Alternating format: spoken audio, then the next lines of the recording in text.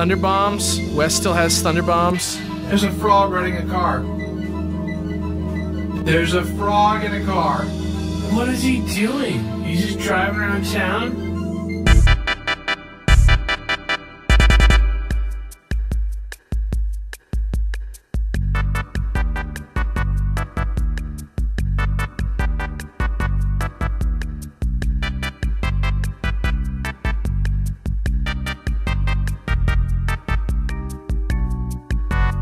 Welcome, gamers, to Super Beard Bowl Season 2. Each month, we're doing an all-new 8-episode series complete with a beginning and an end, as voted on by you, our loyal viewers. Without paying a single penny, everyone who watches will be able to vote on one of 4 show ideas, and once you narrow it down from 4 to 2, the Beard Bowl Patreon tier will then choose between the top 2, or which show gets made into a full 8-episode series. This month, the winning series is Beard Bros Movie Reviews.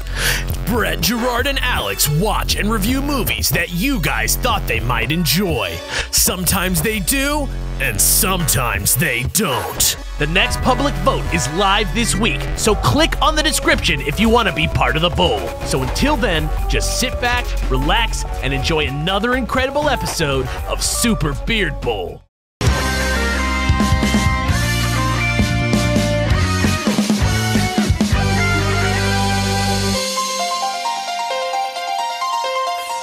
Welcome back to Beard Bros. He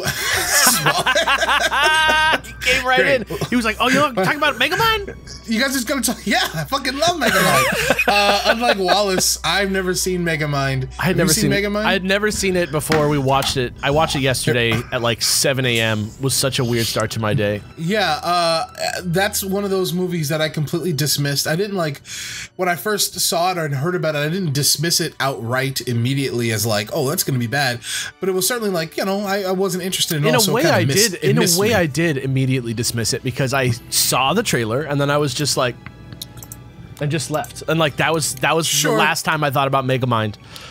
Yeah, but I'm not saying like I immediately judged it as like it was going to be shitty. No, but yeah. I did judge it as like this is going to be just like everything else. Yeah. And after watching it, I don't know if I was right or if Megamind was simply. I think I was. I think Megamind was just in line with like the rest of those types of animated films at the time, or if Megamind was ahead of the curve a little bit. I think in some ways Megamind was ahead of the curve, but we'll talk about that. Yeah, later. I think the screenplay's a little bit better than most in a couple ways towards the end of the movie. The most what exactly? Like these sort of like non-Pixar, sort of like big budget, sort of animated films, animated movies that are trying to become like huge like merch vehicles. Okay, you know, but I got the sense, okay, because I know that these movies are, just for you guys out there, these movies are chosen by our patrons, right? So, like, these are movies that we asked, give us movies that you think we would like, right? Is that what you asked? Yeah. Oh. Yeah. Just like movies that you want to see us watch and that you think we would like. I was trying to avoid them giving us like purposefully like crap like bad. I had no idea that you requested things that we would like. Yeah. And or at least that would want to watch. And Lava Girl. Right? All right. And so Megamind, I sort of got the sense after we talked about it on Monday briefly at the meeting, like the all hands meeting, I like brought up Megamind and everybody was like, wow, that movie's actually it's a great movie. And I was like, okay. So I went to watch the movie and I was like, this is completely inoffensive. Like, this is just like a movie that may or may not exist. Like, I could have, if you showed me every scene of this movie, I could have, like, you know, one at a time, I could have, like, guessed what was going to happen most of the time. And I thought that... Oh, yeah, for sure. Yeah, and I wasn't really, like, surprised or invested in the movie. I feel like they smooth over a lot of things that you're supposed to get because it's kind of a reference. It's kind of a Superman movie, like, in a way, but it kind of isn't a Superman movie. Definitely. Yeah, and well, it's a subversion. It's a subversion of the Superman tale, yeah. Yeah, it's like, it's just, like, basically... Which in itself is a subversion of the Jesus tale, but whatever. Yeah, I don't think they're trying to get it to the... Like, it's not really about Superman. It's more about Lex. It's about Jesus. Did you see that moment when Homeboy was walking on water? He was like... When he came down and he was Christ-like. No, but really, like, I felt like this movie's more about like a Lex Luthor than it is about Superman. Superman is in the movie. Well, yeah, of course. So it's kind of a weird situation, but so many things that I feel like they could have like backed up with like character growth, they didn't.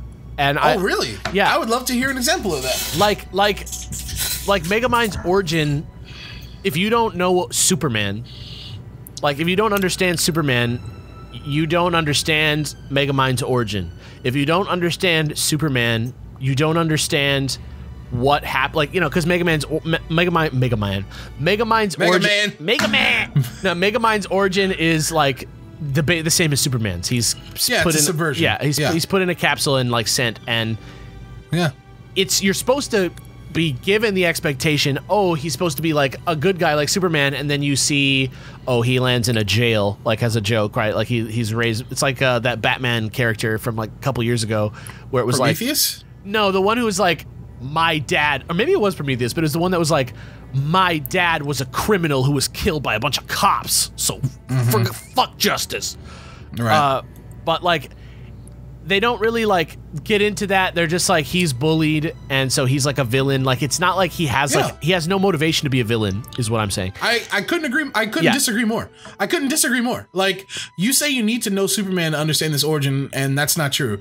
I think, of course, if you're big fat nerds like you and I, you're gonna get more out of his origin than you would otherwise. I just think a lot of the stuff that's going on, a lot of the moving parts of this movie suppose that you know about Superman, and I think I want to address exactly what you said. First, you talked about the origin, and I disagree. I think you'll get more out of it if you know about Superman and his origin, sure, but you don't need it. If you're a child who's never heard of Superman, which is certainly possible, if you're real little, like, you can still see that origin and be like, oh, okay, I get it. Like, he's different from the other guy. I mean, as far as that, you also say that he has no motivation for being evil, but like, that's entirely what that first montage origin scene was about. Like, he tried to like, you know, give kids what he thought that they wanted and shit, and they kept treating him like a monster, so he became the monster.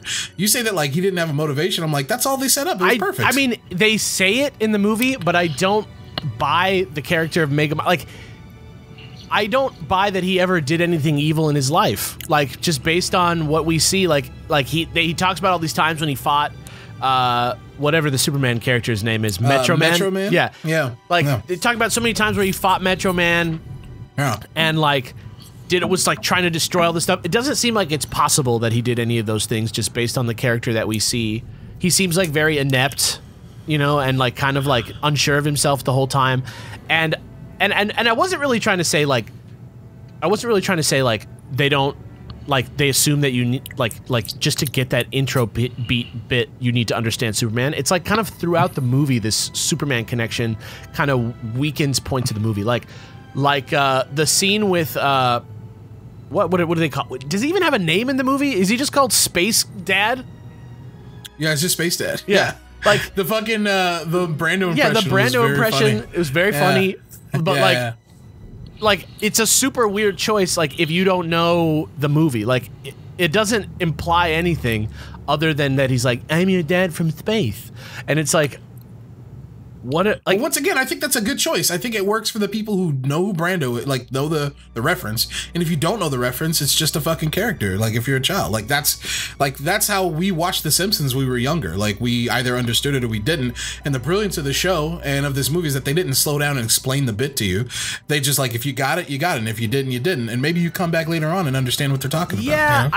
I just feel like a lot of the time it was like a reference to Superman or a joke instead of like a scene that actually made the characters seem believably, like, they tell you a lot of stuff in this movie. Like, they lay it out for you. So I wasn't like lost during the movie. That wasn't my experience. Obviously, like, a very simple screenplay that you don't even really need to pay attention to tell what's going on. But I think that's because a lot of the time in this movie they just tell you what's going on a lot of the time instead of showing it to you. And I thought structurally it's like so you're saying the movie told instead of showed. It didn't earn any of its moments to me. Like, I don't feel like they earned the relationship between. What moment was unearned in your opinion? I just think a lot of emotional stuff. Like, I feel like name an example. Like when they fall in love, for example, I thought that was like out of nowhere. I felt like the fact that really? I felt The like fact that she's like one of the first people ever to treat him like a human, you don't think he would respond to that? I get it. I get like the motivation. Like it's not the plot points of the story that I don't understand. It's the telling. You know what I mean? It's the sort of like slapdash way that they're just like, and now they're in love, and now this. Like I wasn't involved in the movie where I want Megamind to grow. I just sort of felt like I was sort of watching the movie happen, and I was never invested in a way where I was surprised or. What would have gotten you more invested? I feel like I would love to just see some more intimacy between the characters. I understand that it's like a kid's cartoon movie, but I'm just saying, like, What do you mean see some more intimacy? What does that mean? like I feel like there was never like a full, like, I get, like, how do I describe this? Like it became like a love triangle. The story sort of became like a love triangle by the end between Jonah Hill's character, which was also a funny bit where he spells it Titan with an H. That was incredible. Did I notice at the end in the credits it's spelled that way too? Yeah, like, which made me go, was it always spelled Titan? Like at first I thought it was a great bit that he's like an idiot and doesn't know the word Titan, but then in the credits it's spelled Titan. So I'm like, was it just Titan the whole time? Like Jonah Hill's character, who by the way his name is like Hal Stewart or something like that for some reason. I just thought that was so funny that he thought his character's name was just like, it's Titan? To Titan something. Okay, I'm Titan. But yeah, like it's kind of weird that they like start the story and he's already obsessed with her. It's kind of weird that like they start the story and Sorry, slow down. That who's obsessed with her, Hal or Megamind?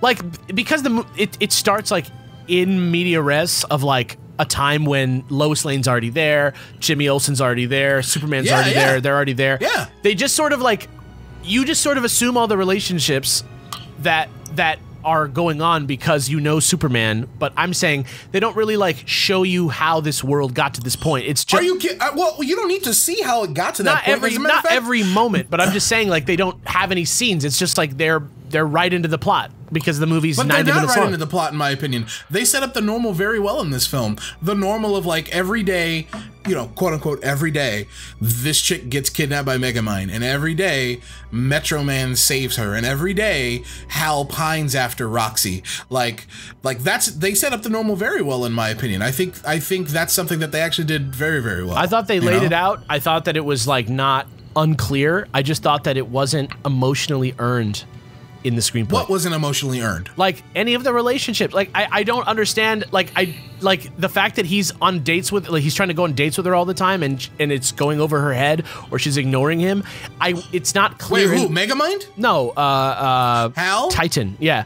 He. At the beginning of the movie, he's like, "Hey, like I thought we could just like go out on a date. It would be cool, like if we go on a date." And it's like they don't have any previous conversation about it. They don't like. I don't know. It just all seems very like broad. Like every it was very like, see, like this happened, so you should know this. Like it didn't feel authentic in any way. It didn't feel like the characters had any real chemistry with each other. And maybe chemistry, authentic. Like it was very clear that Hal pines after Roxy every day, and every day she basically ignores him because that's their status in their relationship. Yeah. What more did there need to be? I'm just saying the way that it was portrayed was very slapdash and left it feeling very like emotionally hollow, which is a problem that I have a lot of times with these types of movies.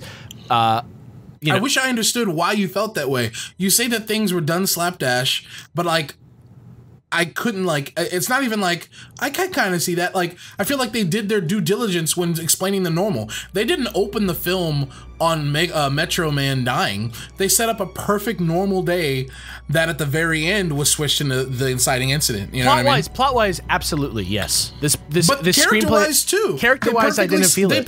But they perfectly set up the relationship. There's an entire montage at the very top dedicated to the relationship between Megamind and Metro Man. They have that very, like, the perfect scene between Roxy and Hal that sets up their relationship. And they set up the relationship between Roxy and Megamind too, where she's in the chair and she's literally says out loud, she's like, dude, you do this every day. You're so predictable. You know what I mean? Yeah, like that's all three core relationships set up. I guess what I'm saying is I didn't buy the reality of it. I think that's just what it is I just didn't buy the reality. It feels very like daytime cartoony in the amount of information that we get. That's all. It's not a very like subtle or like nuanced relationship, and I don't think it needs to be. But those are the things that I find. I'll agree to that. Yeah. It's not subtle and it's not nuanced. Yeah, and I feel like those. I feel like those things to me, when it's a story about like a person deciding to be good. Like, for example, like I thought it was Patton Oswalt at first, but it was actually, after looking at the movie, it was David Cross. And looking back now and watching the scenes, I was like, of course it's David Cross. But yeah. Like for him, for example, like there's a big falling out that they have at a point in the movie where he's like, I thought you were evil, bro. Like, what the fuck, man? Like, you're supposed to be evil. That scene, for example, was super weird because I didn't get the sense that either of them particularly loved being evil or really felt like they needed to be evil for any other reason other than that they like sort of just fell into the role of evil. And they, you know, they patch it up, but I just didn't feel like their friendship break apart over this thing that they both cared about, because I didn't care about it, and it didn't seem like they cared about it. You know what I mean? I'll agree somewhat to what you just said. I think the relationship between Megamind and Minion could have been explored more in the normal. Like, to be completely honest, we had the origins for these two characters happen. I don't think it was totally necessary, but I did think it was fine. Maybe that time early on could have been spent more in the everyday so that we could explore the relationships between these characters with a little bit more depth, particularly Megamind and Minion, like how they feel about each other. But then again, I feel like their relationship was pretty, what's what I'm looking for? Apparent.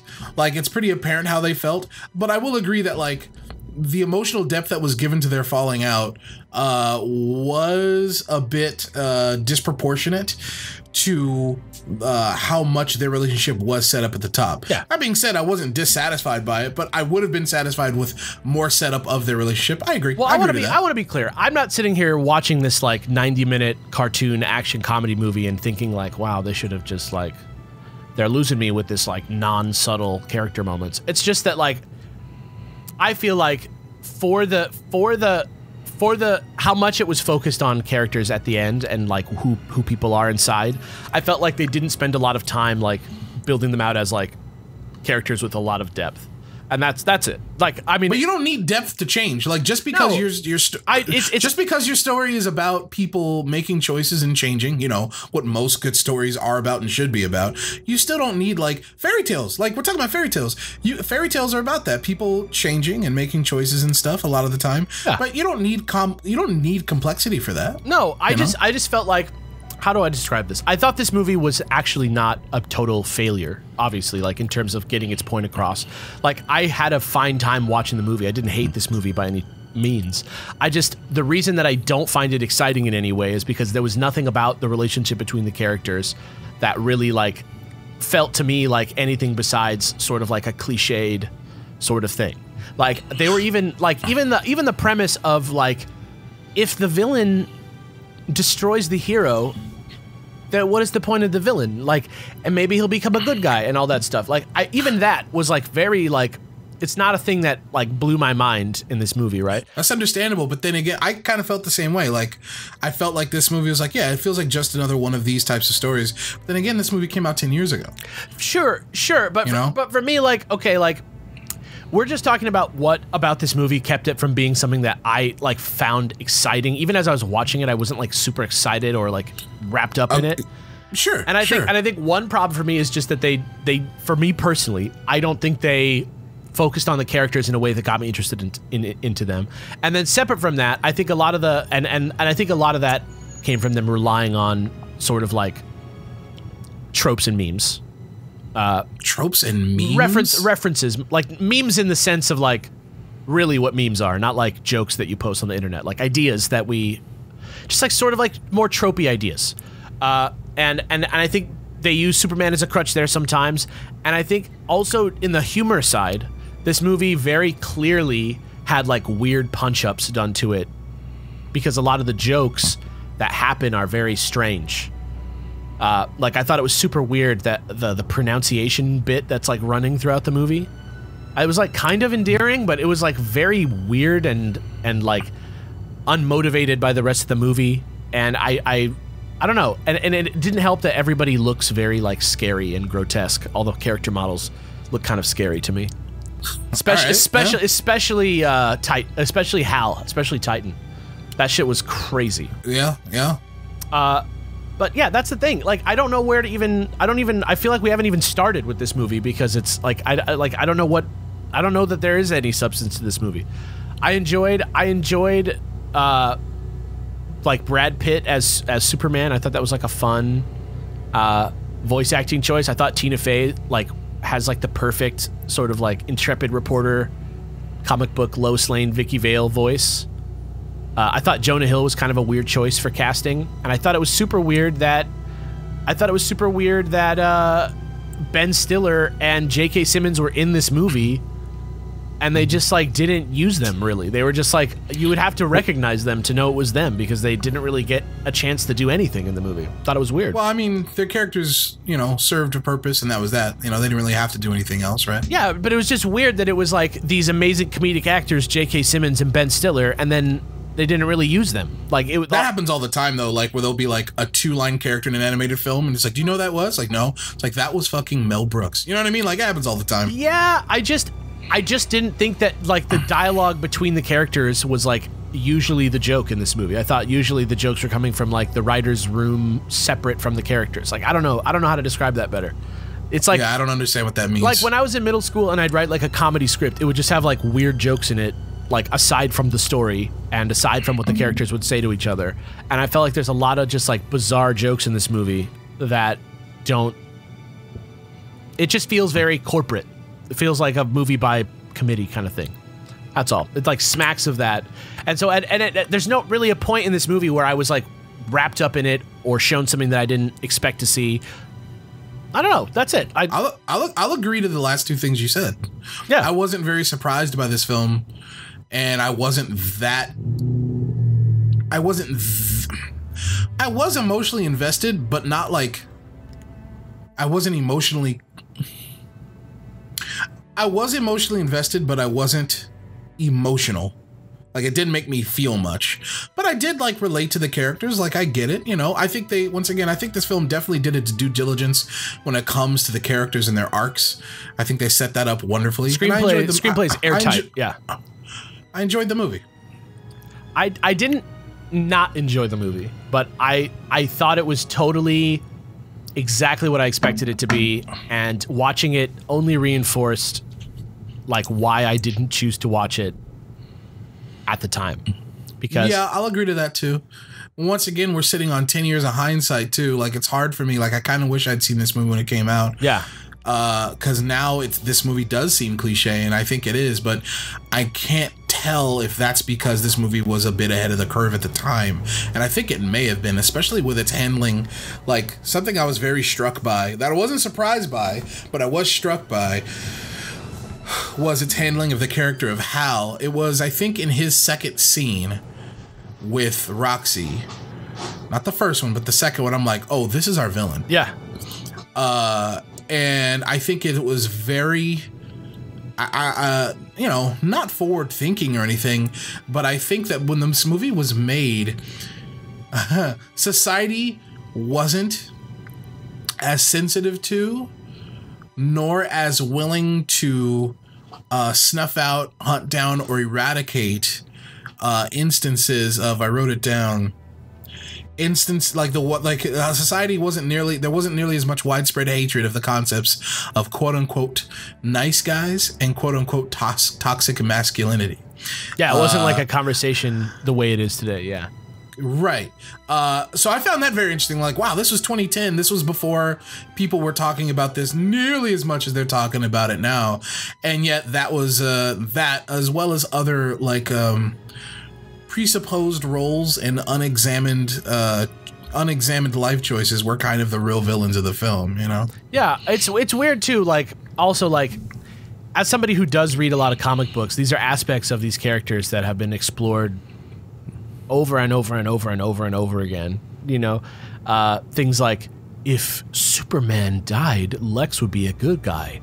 If somebody who's not Superman morally gets Superman's powers, you're gonna be in a bad situation. But the fact that the movie remains so, like, I don't want to say woke, but it just passes the wokeness check in 2020 pretty strongly in some ways. that I wouldn't expect from a movie from that time, even though it does look like a PS2 cutscene a lot of the time. Something about their eyes is just so crazy. I don't know what it is in this movie. I mean, I was surprised that in a movie where like the main character's distinguishing features is big head, I was surprised by how many characters legitimately had big ass heads. Huge fucking heads. Yeah, bulbous. I was surprised by that. Yeah, but I mean, I realize that I'm like a little older than the age group for this movie at the time. Like I missed it a little older. Well, you know what I mean. Like 10 years ago, I was like 22, so you know, I might have been like down to go see this in high school. You know what I mean? Like as like a thing that I wouldn't be embarrassed about going to see with my friends, as a kiddie movie or something. Like it's right on the line, right? And it's got like Apatow type people in it. You know, so when I was like 22, this was like maybe something that I would go see. But like, I don't know. It's I don't want to be like shitting on a movie that you like in your childhood, but I like, you know, I don't think this movie is particularly amazing. And I think there's a million bajillion movies out there, and I think like, I don't know. I think it's fine to like say this movie was enjoyable and not have that many good things to say about it. Is that weird? No. I feel like this movie is like such a pinnacle of like mediocrity. Everybody did a pretty good performance, you know, like every actor that was involved was like all right. It just doesn't amount to something that I feel like is like like I will never watch this again. I will never tell somebody to watch this. I mean, yeah. It's a little smarter. It's a little smarter than it could have been. I think in the last act of the movie, it got a little bit more complex with some of the like themes than a movie like similar to it, like Despicable Me. All right, but fair enough. Yeah, I don't know. I'm not trying to like. I feel like it's gonna come across that I was like shitting on this movie, but I just really don't have anything to say about it that I was like, wow, this movie really excels at this. I didn't think it was particularly funny. Is that weird? Right. It like wasn't a very funny movie. No, I don't think that's weird at all. Yeah. All right. That was Megamind, guys. Thanks for watching, everybody. It's Beard Bros movie reviews. Yeah, let us know what you guys think of this. I like the idea of talking about movies on in front of people. So I figured it would be cool to throw it on the list and see if people were interested. So I'm glad that people are taking an interest, and I'm glad that people are coming out of our regularly scheduled program to watch this. But I would love to hear what you guys think about this concept going forward. All right. Thanks, guys. Waggity sack. Kill that man. No. Why not? I can just take an elevator. Waggity sack. It used to be Wackety Sacks. Waggity sack. Waggity sack. Waggity sack.